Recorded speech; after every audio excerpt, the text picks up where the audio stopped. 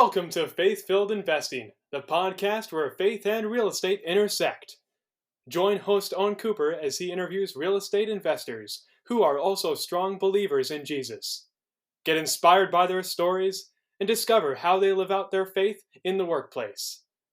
Learn practical tips and strategies for successful real estate investing.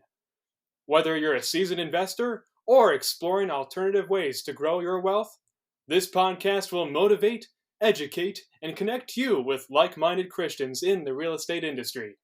Tune in to Faith-Filled Investing and join the movement of faith-driven real estate investors. Welcome to Faith-Filled Investing. I'm your host, Owen Cooper. This week, we're going to be hearing from Marv and Victoria McGuire. We're going to learn about their faith journey, their real estate journey, and how those two have intersected. So welcome, guys. Thank you so much for being a part of this time and being here today. Thanks for having us. Yeah, thank you so much. You guys are sort of like in my mind, the all-stars of our real estate investing group. And I think before I met you in person, I heard you on Rod Cleef's podcast, who has, I think, a few more listeners than my podcast. Maybe a few hundred or 1,000 more listeners on my podcast. But you guys have always, ever since I've known you, have been super gracious with your time and knowledge and just really given freely, I think, of everyone around you. Wow, thank you so much. That's so flattering, and we try to go live our lives that way. But to hear that you've heard that from others, it really is kind of the biggest reward. So thanks a lot. Yeah. So I am, no pressure, but I am expecting this to be the most listened to podcast that I have because you guys are on it. So if that doesn't happen, we'll be talking. Yeah, we're in trouble now. So I would like to start with just how do we know each other and what's sort of our history? I have my own version, but how would you describe, how we've known each other? Well, I mean, we met, through the Rod Cleef Mastermind program. We ended up at one of the conferences going out for dinner to kind of a very strange place. We walked quite a ways to get to. And when we got there was kind of no turning back kind of thing, even though we stood outside and trying to get in was not easy. And then when we got in, it was a little, I don't know, it was just a little strange. But it was a bonding moment though, wasn't it? It was a learning moment. And the food ended up being good and the company was even better. That's where we, really got to know each other and spend some time together. And we were thankful for that. Yeah.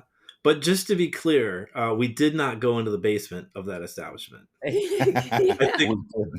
think that's important for the general public to know, just so our character isn't tainted at all, that we stayed on the main level of that. Yeah, what is it, like half restaurant, half strip club or something? What is going on here, Yeah. Well, we didn't ask too many questions. We just ordered our food and exactly. I thought we were in Phoenix, not Vegas or something. You're like, what's happening? Gosh. Yeah. Okay. So I don't know how to segue from that restaurant to this next question, so I'll just ask it. What has your journey with Jesus looked like in your life? Just give us a little background of what that's been like for you guys. Well, I'll start and I'll let you. So I was born and raised in West Texas, so it was really a Baptist journey. Church every Sunday with my grandparents and my mom and dad, and then, I went off to college, and like a lot of college people, kind of drifted away from the Lord and my faith, and kind of lived, probably not the way I should live, and then, as once Victoria and I got married, and it's been, approaching 32 years now, obviously she can tell her faith journey, but she was raised Catholic, and we knew that we wanted to raise our children with a strong faith. So we started attending church again and really started to get regular in our church visit and our faith walk, and had our ebbs and flows and our ups and downs like every person does. And if any person tells you that they don't, then I don't think they're being 100% truthful. But, for me, in 2005, my dad died unexpectedly. 2006, as we've talked before, I had unexpected brain cancer. 2007, my mother died.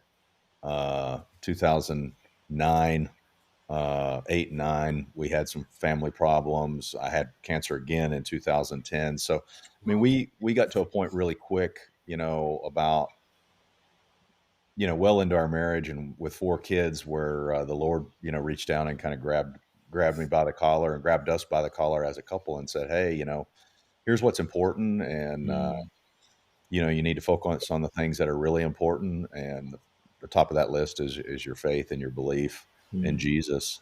And from that point forward, we've been very involved in church and we say our prayers and things like that. But I will tell you, in full transparency, we've been kind of between mm, churches here recently. We recently moved and getting reestablished. We still pray every day and read the Bible, but it's we've been in a transition period here recently, just in full honesty and transparency, because yeah. we moved and getting back to a new church home has been very, very difficult for us. So Yeah. I'll let Yeah. Victoria fill in your upbringing in the Catholic Church. Oh, well, I mean, there's not much to add to that. It was all, when I was younger, obviously my mom is German, and that's the predominant faith there. And it was kind of decided between my dad being from Atlanta and raised a Baptist and my mom being raised a Catholic. She kind of put her foot down and said, "You guys are going to be Catholics." So, I was raised in that church environment, did the whole first communion, confirmation, all that, never really liked any of it. Mm, And then, similar to Marv, when I went off to college, definitely I was like, yeah, I'm not going to church anymore because it just was not enjoyable to me, the Catholic, reciting these prayers and the up and down. And if some people it's great for, and for me, it just wasn't the right fit. And I had moved into the basement of these elderly couple, probably about 5 miles outside of Athens, Georgia. I went to the University of Georgia, and this older couple had changed their basement into 2 little apartments that they rented out to students. And it just so happened that the student that rented the apartment across from me was just on fire for Jesus. And mm, she, talked me into going to church with her. And of course, I'd never witnessed anything like that in my life because it was a real, spirit filled, talking in tongues and raising the hands and all this stuff. Was super exciting. And I just did that's when I gave my heart to the Lord for mm, the first time truly. I was obviously baptized as a baby, but that was when I really connected with Christ, and when I was baptized and everything shortly thereafter. And then the rest of my walk, really, Marv and I met there at UGA, and the rest of it he kind of already talked about. But that mm, was, being brought up in the Catholic environment is just being so different, not really a relationship based kind of faith. So I was really thankful for having met that person that brought me, to God. mm. Wow. Oh, praise God. So as you're telling that, you went to that church. Did that happen for you? Like that first time you showed up, you're like, "This is it," or was it a number of visits? No, it was an overwhelming. I mean, I God just came down on me. I Mm, mean, I was bawling. Like, I mean, I was. It was an undescribable experience. mm, Nothing like that had ever happened to me. And I could just feel God just saying, you're mine now, basically. yeah. Wow. Yeah, and it was from that point forward, I did go, to church with her many times, after that, and it was probably about a month later that I got baptized, but it was that very first evening that I had asked, Wow. Jesus into my heart. Wow, that's really cool. I love that story. Hopefully, that's encouraging for people to think about being that girl across the hall from you, like that significance of just really living out your faith out loud. and also like that's really all you have to do, because God does it, right? It's not that person didn't do anything amazing. You God showed up in your life, and sometimes I don't know, I think we think we need to do all this amazing stuff, but all she did was invite you, right? Right, Yeah. right. That's And true. God did the rest. Yeah, that's really cool. So I'm sure there's in fact, I'm going to explore a little bit more because you mentioned a ton of things, Marv, about like a couple different cancers, two different at least deaths, close family members, and and you mentioned a little bit, but how did God use those things in your life? You mentioned how he kind of got your attention, grabbed you by the collar. What did that what did that look like, and how did that change the way you viewed maybe your life and your walk with God? Mm, that's a great question. So, I mean, I guess for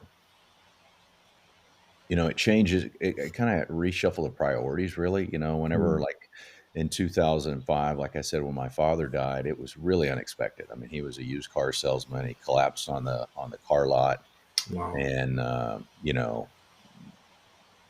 I flew home. I was in the military. We were in Jacksonville, Florida, with no family around, and it was just me and my brothers and sister and mother.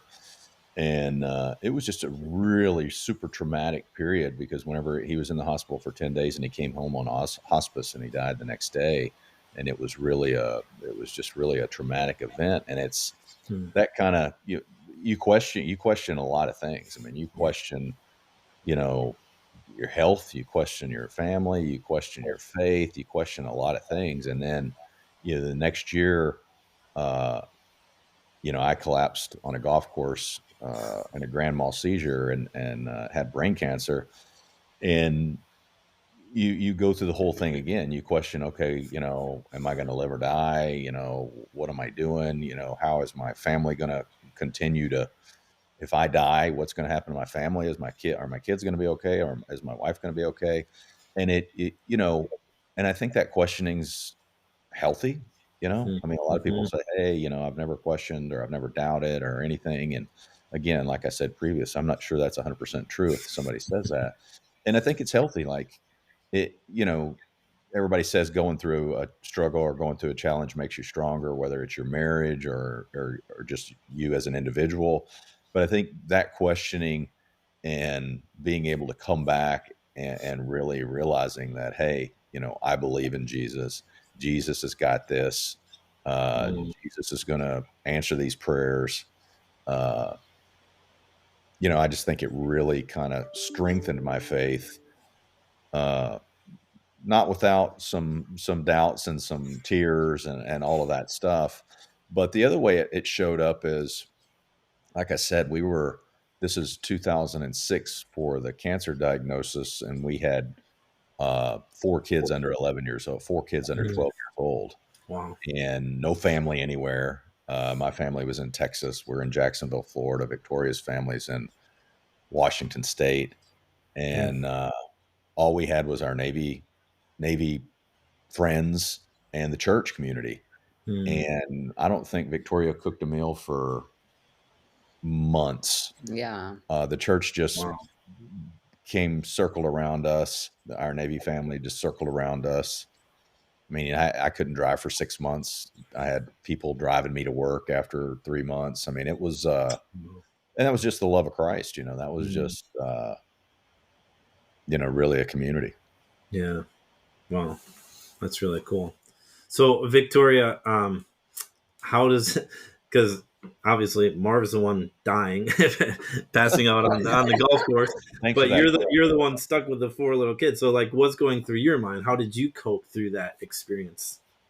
Yeah, I mean, it was definitely one of the toughest periods, that we've been through in our lives, and it like Marv said, we had so many people that we didn't even know that came, out of the woodwork, so to speak, to help us with, the kids, or anything that Mm, I thought that I needed. It was even unspoken things that I didn't even know I needed that people were coming to help with. So it was pretty overwhelming how much mm, help we had,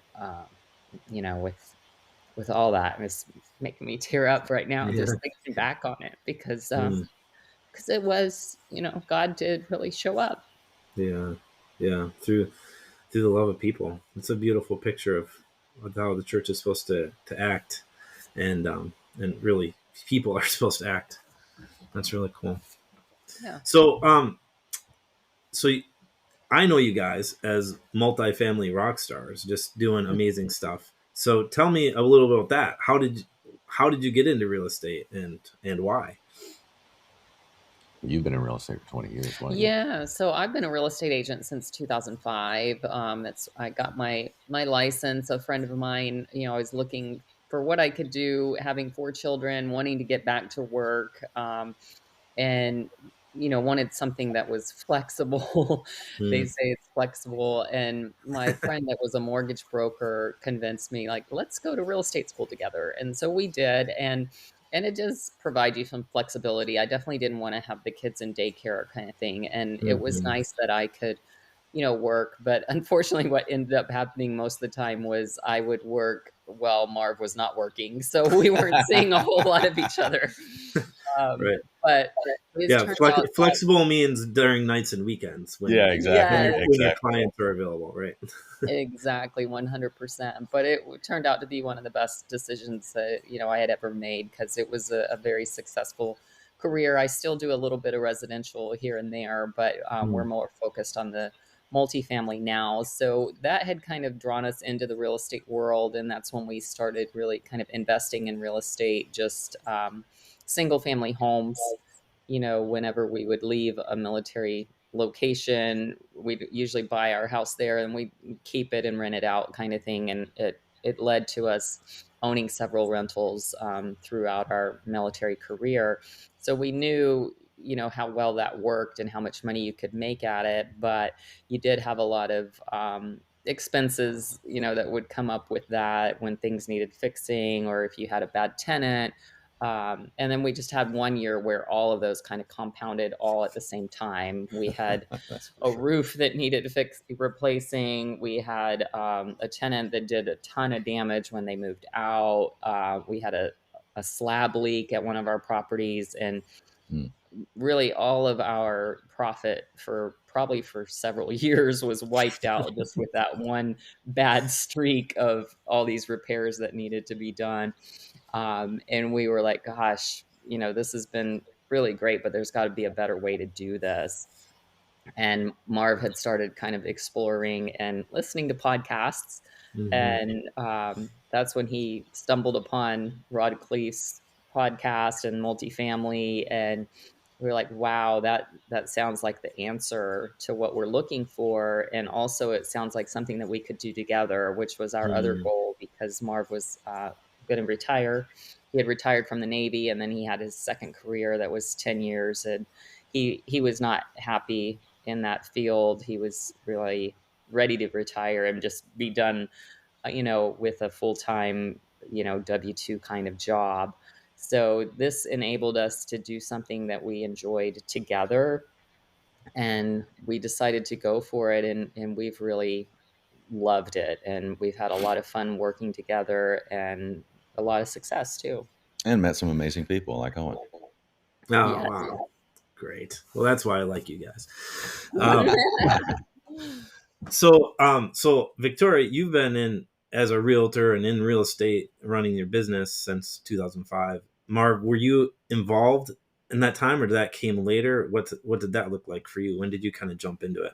No, really wasn't involved in early on when Victoria was, getting started and going. The only involvement I really had was if we had a rental, and something happened and we happened to be local, I would go pick up a washer and dryer or a refrigerator or something like that and put it in the back of the truck and take it over and deliver it. But as far as, you know, helping her sell or show or do any of that stuff, I really wasn't involved. And it really wasn't until, like Victoria said, until we just had a catastrophic kind of year that we were just kind of like, hey, let's figure out a better way. But she was doing it all for Mm, the first shoot, 17 years or so.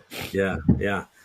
Okay, this is I think this is really important because you mentioned a catastrophic year, and some people would, in fact, I know people have had that. You know, they read real estate books, or they read Rich Dad Poor Dad, or listen to Bigger Pockets or whatever, and they're like, real estate is awesome, and then they get some rentals, and then it sucks, and they're like, this is terrible, and they're like, I'm out, I'm not doing that.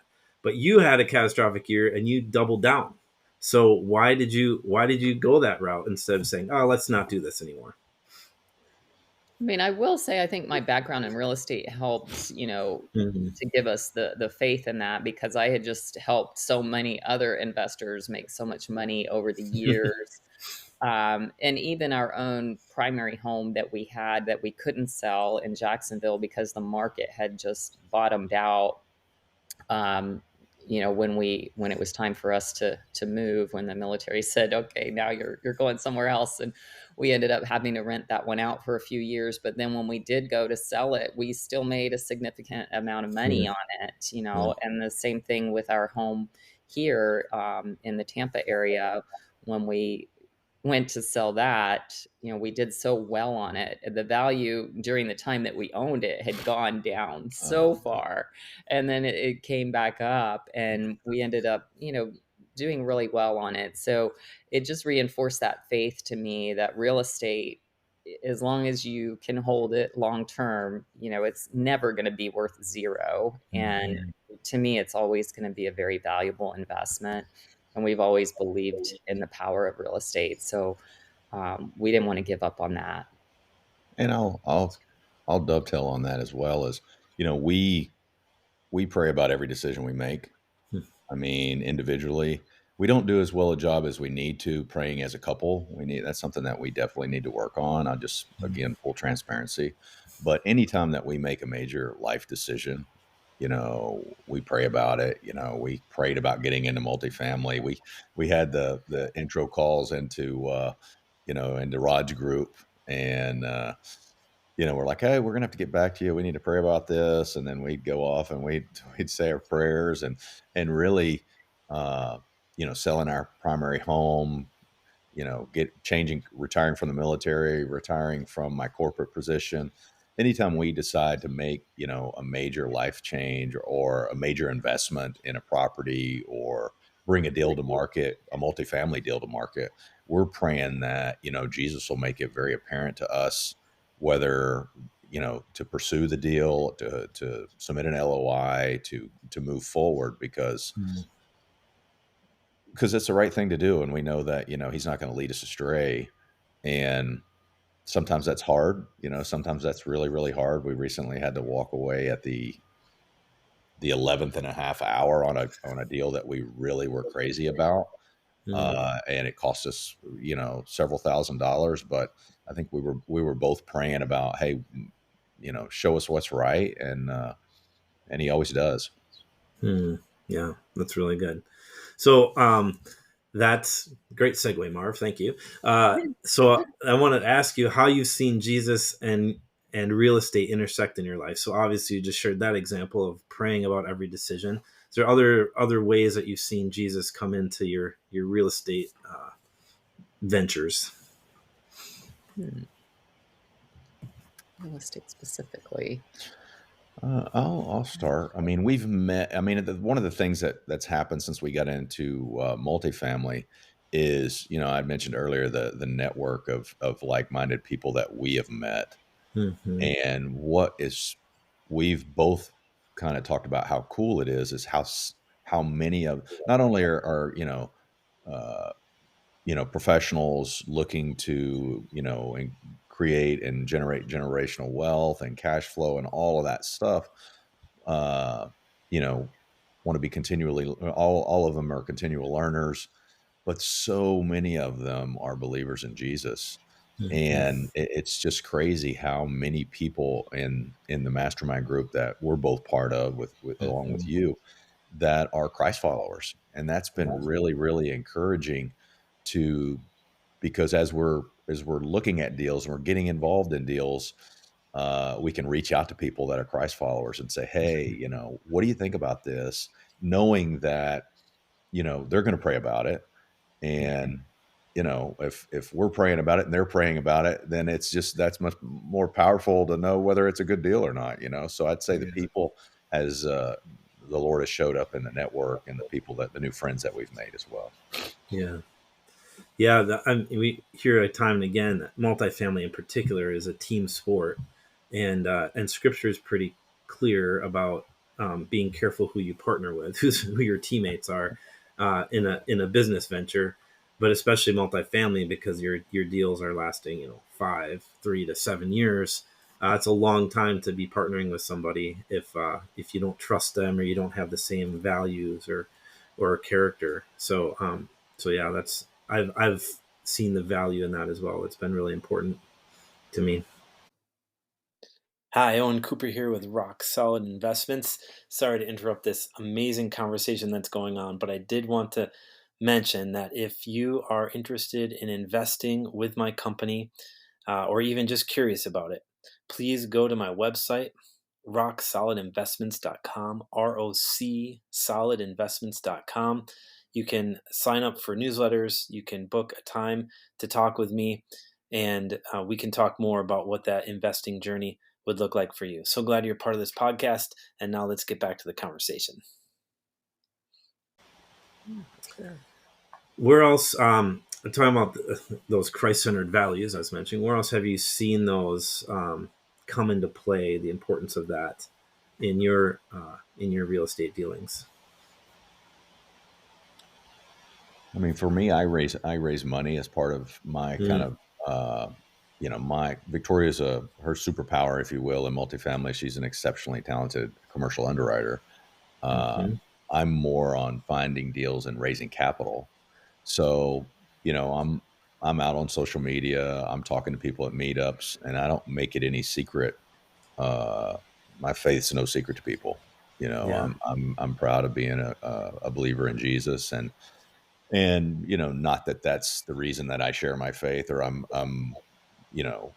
proud of it, but it has people like to partner with and invest with people that they know that have and you don't have to be a believer in Jesus to have integrity or transparency. I'm not saying that by any stretch, but a lot of people would rather, like we just said, partner with somebody that they know that has the same beliefs and the same values and things of that. So a lot of people, what I've found recently anyway is, when they reach out, they say, hey, I see that you're a believer in Jesus, and I appreciate your faith and I appreciate your willingness to put it out there.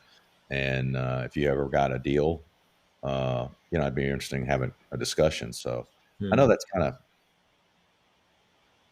I don't know if that's materialistic or, unsavory or anything like that, but it's kind of the truth. It's the truth.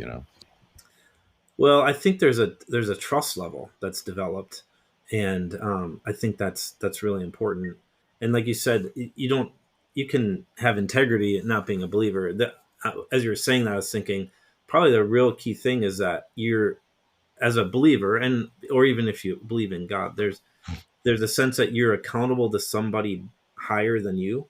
So, if I screw you over and I can get away with it, and I don't believe in that I'm going to be accountable at the end of my life for what I do, then if I get away with it, it's fine. Well, that doesn't really build trust. But if I know that at the end of my life, I'm going to have to answer for my actions and thoughts and behaviors, that alone is actually building trust, because it's not just about if you trust me, but but like I'm creating some, even within myself, there's the sense that I'm answering to someone. Answering to someone more than just Marv or my investors or my, Create some built-in accountability.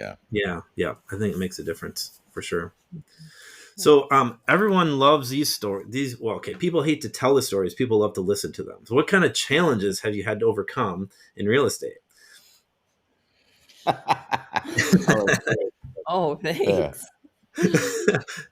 I mean, it definitely takes you outside of your comfort zone, right? The biggest challenge for me was dealing with these bigger numbers and other people's money too, that puts a Yeah. tremendous amount of stress on you, because our biggest fear as a couple is losing someone's money. So, Mhm. that's something that definitely makes us super cautious. And the the biggest hurdle for me in asking people for their money to invest in these deals, is I'm not really that's not really my my superpower, right? I'm more, like Marv said, I'm the underwriter, so I'm the one on the computer looking at the numbers. But it took me out of my comfort zone to start asking people to invest in these deals. And especially the money part of it, what made me the most uncomfortable was how much money it is. We Mhm. were talking about multi-million dollar properties that we're buying, 14 million, 20 million. And once you've been around the community longer and you're exposed to it more, that becomes not such a big, like, oh my gosh, what are we doing kind of thing.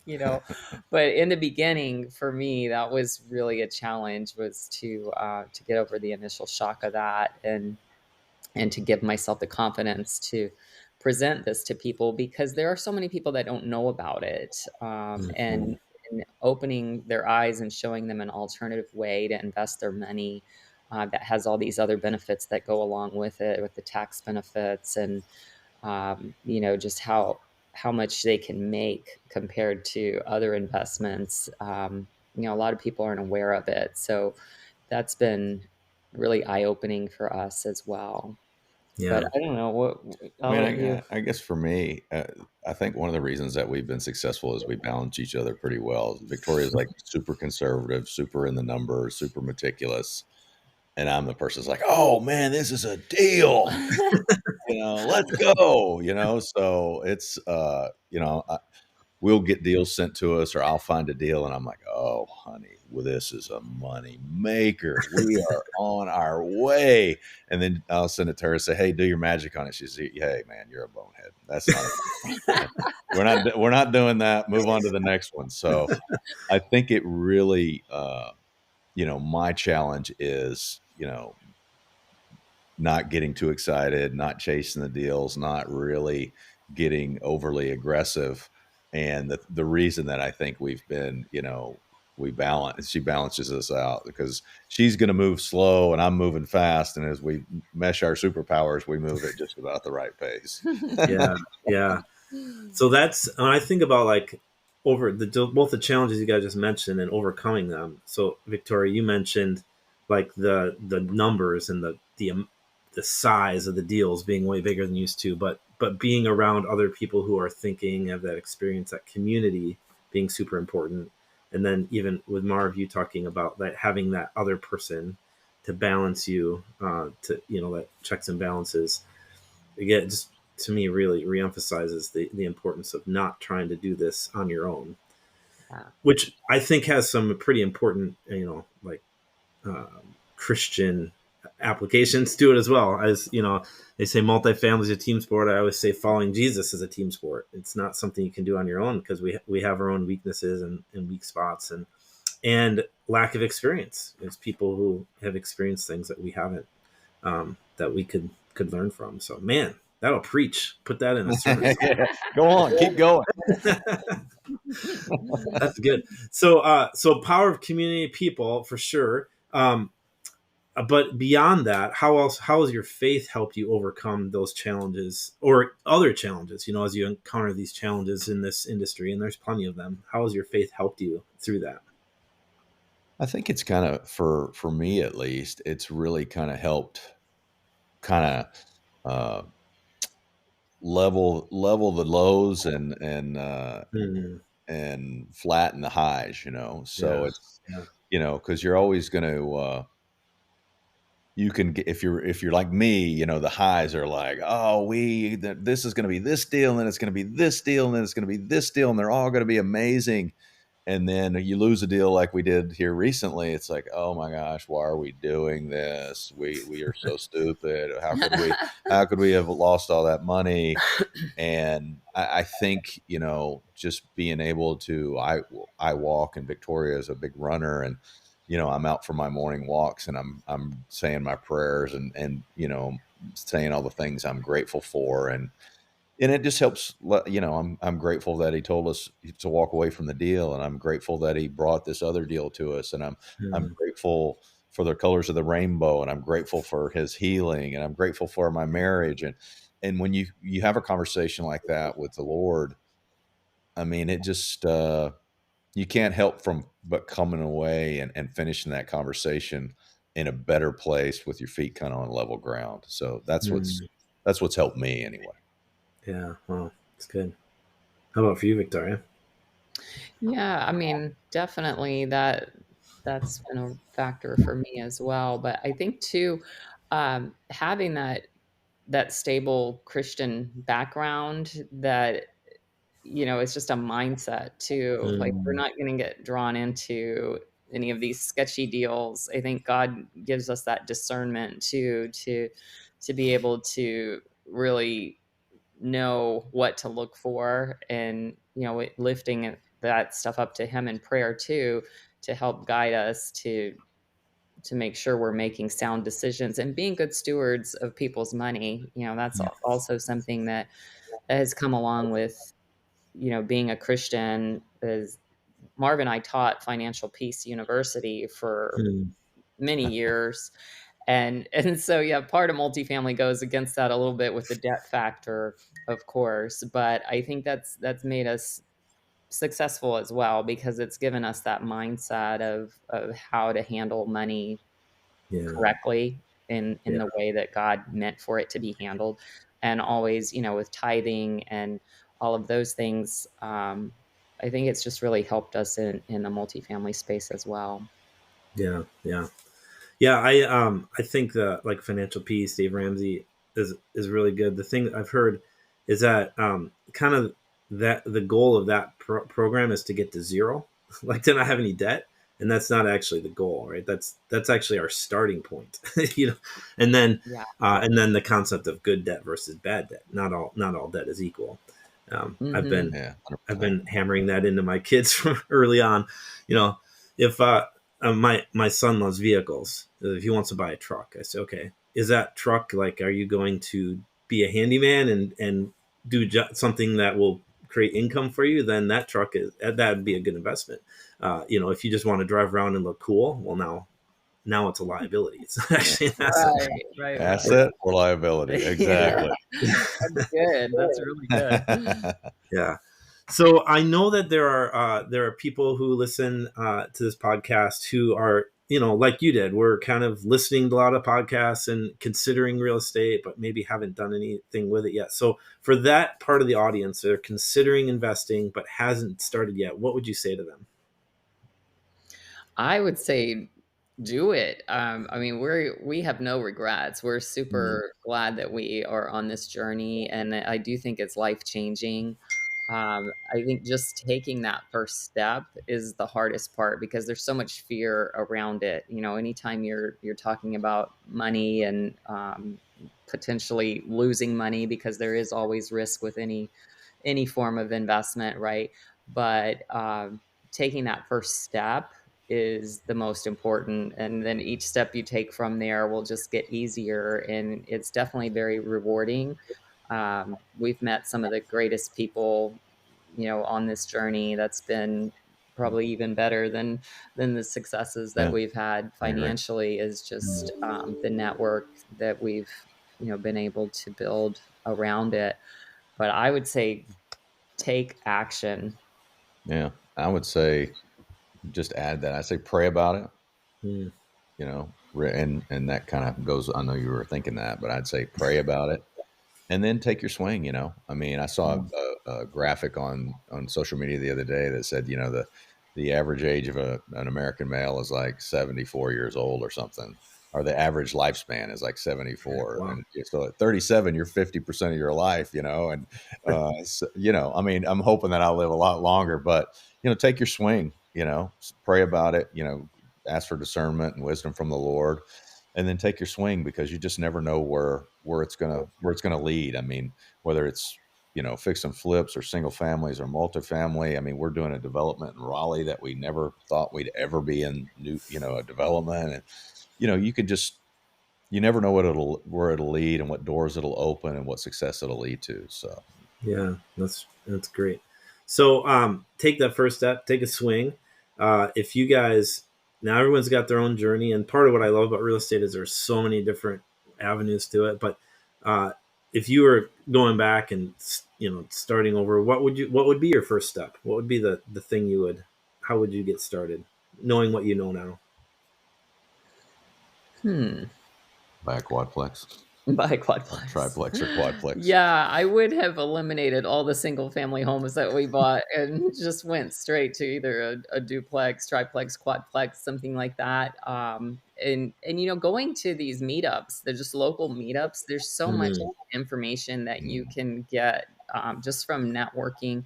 You don't have to, if you don't have the money to join an expensive mastermind, but just going to your local meetups and talking to other investors, it just opens your mind to so many things that you have no idea about. Like Marv said, we're involved in things that we never would have imagined and wouldn't have known about other than, meeting other people that are doing these things. And it's definitely a good first step to take if you're, just starting out, expanding your network by going to meetups.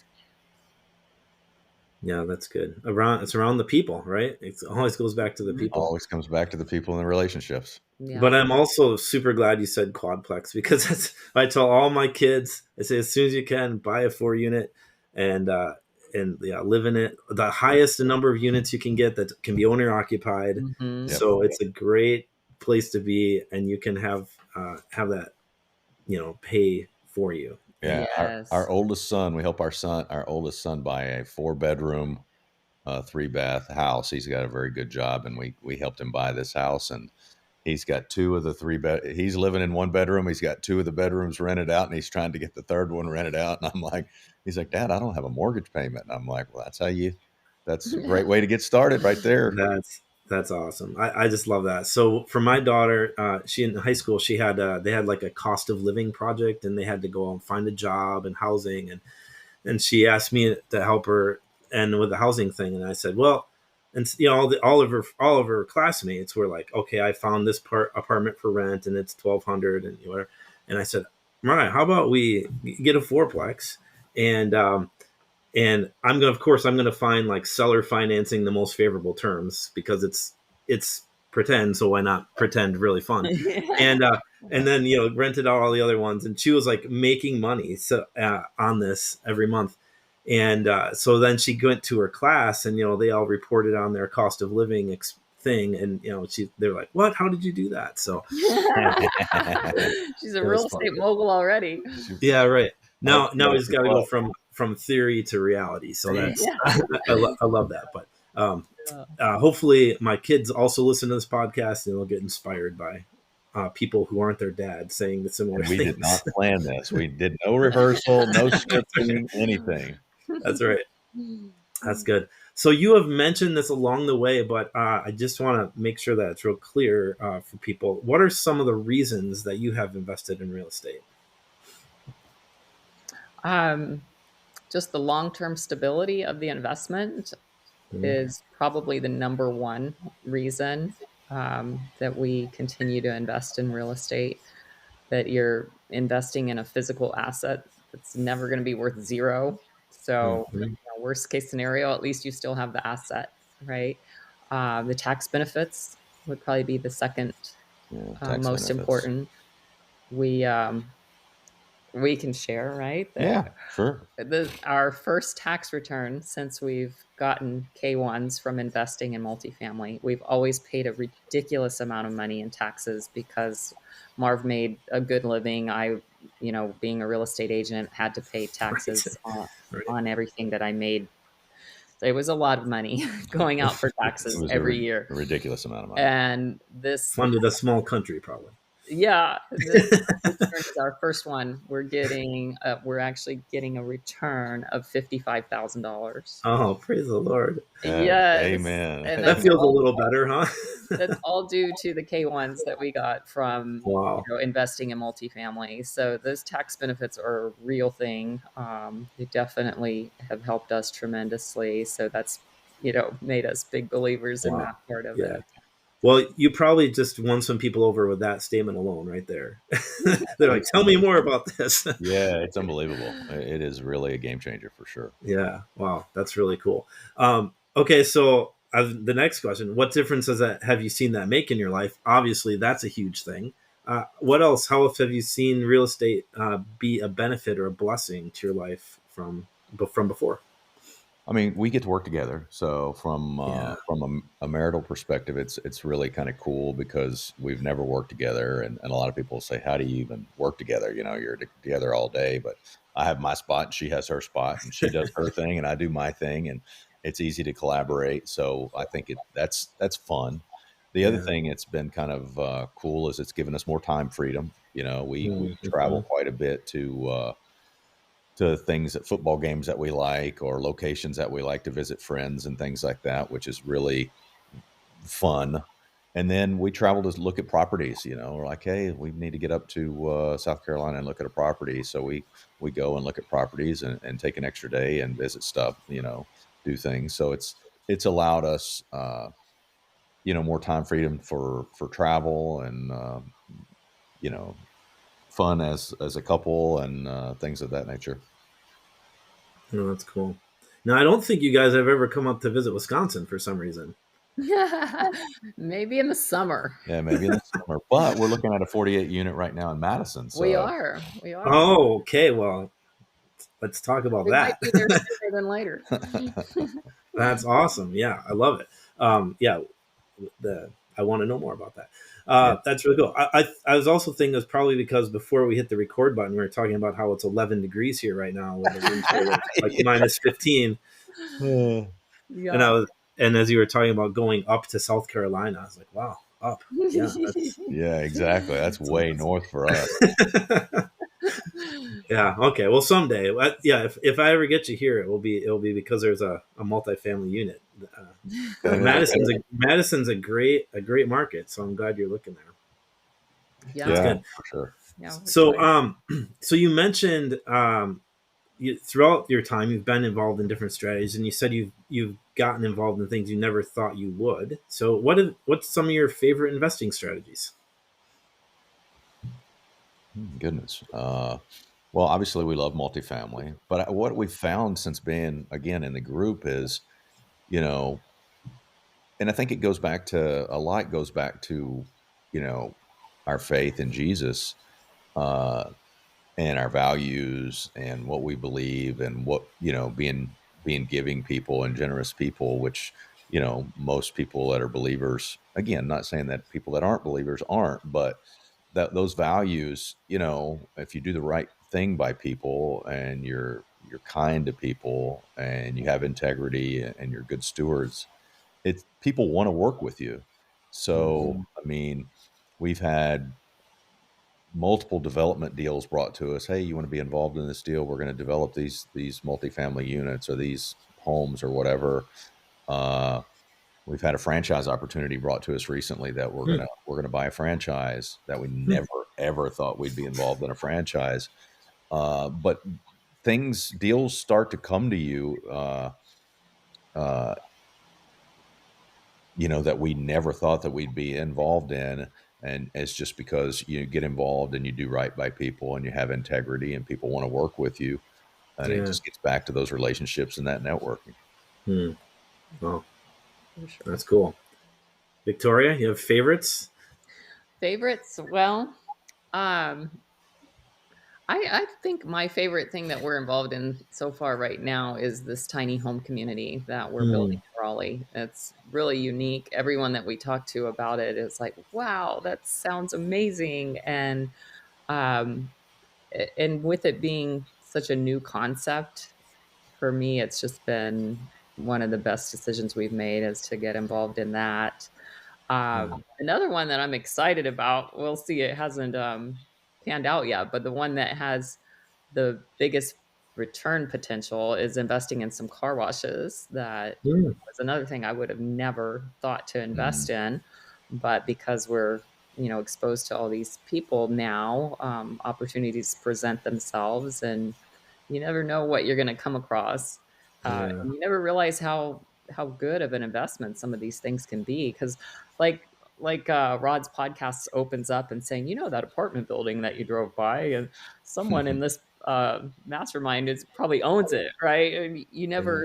I never thought people owned apartments. I always thought it was corporations that owned apartments. I didn't realize that it was these syndications that were buying apartments. So there's things out there that you're not even aware of, that when you are active and exposed to all these people, these opportunities present themselves, and it's pretty exciting.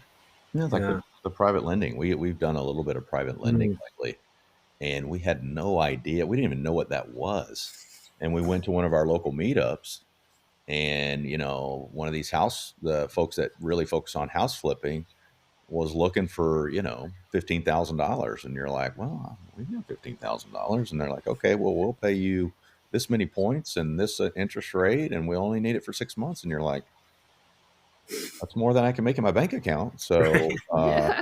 so it's Right. just, And yeah, yeah, and shorter than a multifamily deal, right? yeah, Right. exactly, Yeah, Right. to exactly. do that quick turnover. Yeah, it's if anything that has come out for me, this emphasis of just being around the right people. So character wise, but Mhm. also like the way people think. It's not just about character, but there's just different strategies and investments and things that even, I mean, probably even now we're not aware of because we're not around those people. And to you, Victoria, I was thinking about, I'm very rural, small towns, and um, have done some house flips and still do occasional. And so when I started that, I started noticing all these broken, rundown houses that I'd never noticed before. And then I started getting to multifamily, and I start seeing, I'm like, it's a small town. There's no apartment buildings here. No, there are. They're everywhere, even in little towns. And to your point, it's like somebody owns them, and I probably know them because it's a small town. Yeah, So Right. it's it's fascinating when your eyes are opened to see you see things differently. And was it again, For there's sure. Here. that'll preach too. reticulate? What is it? That's your reflex. It's reticulating or reticular Yes, something. yes, yeah. The Yeah, example I was here is like after you buy a certain type of car, all of a yeah, sudden you You notice always it's see the everywhere. car. Yeah. Yeah. exactly, Yeah. So, but it happens in the investing world too. It's Hmm. for cool. sure. That's fun to think about. You guys just opened my eyes. I want to go drive around town and see what I'm not noticing in the past. It's a good experience. Yeah. Well, okay. Tell me, as we're kind of landing here a little bit, tell me, it's just something in general about your life that's been interesting or exciting that you've been involved in lately. Interesting or exciting. Lately? Hmm. Got a new puppy. Oh yeah, we got a Oh, new. you got a new puppy. Oh Yeah. yeah, that's life changing. Oh Yeah. my god. Yeah, he's turning our life upside down. Yeah, for Yeah, sure. yeah, he's 7 months old, and he's mischievous, and he's keeping us on our toes for sure. Oh That's gosh, been that's fun. Now, exciting. is this did you have another dog, or have you been petless for a while, Yeah, or what's the we've timeline? always had dogs, and then our always been a dachshund family, right? And our old guy, we had to put him down last Thanksgiving, I guess it was, Two or Thanksgivings two ago. Thanksgivings ago. Hmm. He was 17. And at the time, we had two of them, and our daughter took the other one. She went to Okay. college, and she wanted to take him with her, and Little thief. she stole our dog. And so we've been without a dog for almost 2 years now, and we really missed having a dog. So it was good not to have one during that time because, as Marv mentioned, we've been doing a lot of traveling, Yeah. and it's definitely a lot more problematic when you have a pet to worry about with travels. But we decided to go ahead and get another one, and we got a much smaller one, so we plan to take him on a lot of the trips with us since he only weighs 7 pounds. Oh, wow. It's Yeah. like a cat. Yeah, exactly. yeah. Miniature dachshund. He's a twerp. Yeah, that's been exciting. And I mean, I don't know that it's exciting, but we've been, dealing with the fallout of the hurricanes here Yeah. where we live. So our lives been consumed a lot with that. As of late, we had the back-to-back hurricanes hit here. Our building had a lot of damage, and Marv serves on the board, and he's kind of been put in charge of coordinating all the repairs for the building. So that's been keeping him busy, and it's just been an adjustment living in a town that was pretty much wiped out. It's been very sad because so many people have been displaced, so many homes are destroyed, and we almost have like a survivor's guilt here because we're on the fifth Mm, floor of a condo yeah. building. So all of our stuff was fine. Of course, our building, it looks like a war zone downstairs. All the drywall's torn out and the flooring's destroyed, and et Wow. cetera, et cetera. But we have our stuff and our house is fine. And there's so many around us that have nothing. So Yeah. Yeah. Even in your condo developments, right? So Oh yeah. like anyone yeah, on the first floor is First not floor there gone. Yeah. currently. First floor is literally a complete loss. yeah. Wow. Yeah. So that's been a lot to deal with and will be for many months to come. I think it'll probably be at least a year before things get somewhat back to normal around here. So I wouldn't say that's exciting, but No. it's been No. taking a Yeah. lot of our time. Yeah, for sure. Yeah. Well, I know it's cold in Wisconsin, but we don't have hurricanes, so Right, right. maybe you guys want to reconsider. Yeah, Yeah. that's great. Well, guys, thank you so much. I've just loved visiting with you. I always do, but I appreciate it, and I appreciate this as an opportunity for other people to get to know how awesome you are as well. And just thanks for being transparent and sharing your story. I know people will be blessed by it this time. So thank you. Well, thank you so much for Yeah. having us. Thank you, Owen. Always great talking to you, brother. Thanks for joining us with another episode of Faith-Filled Investing.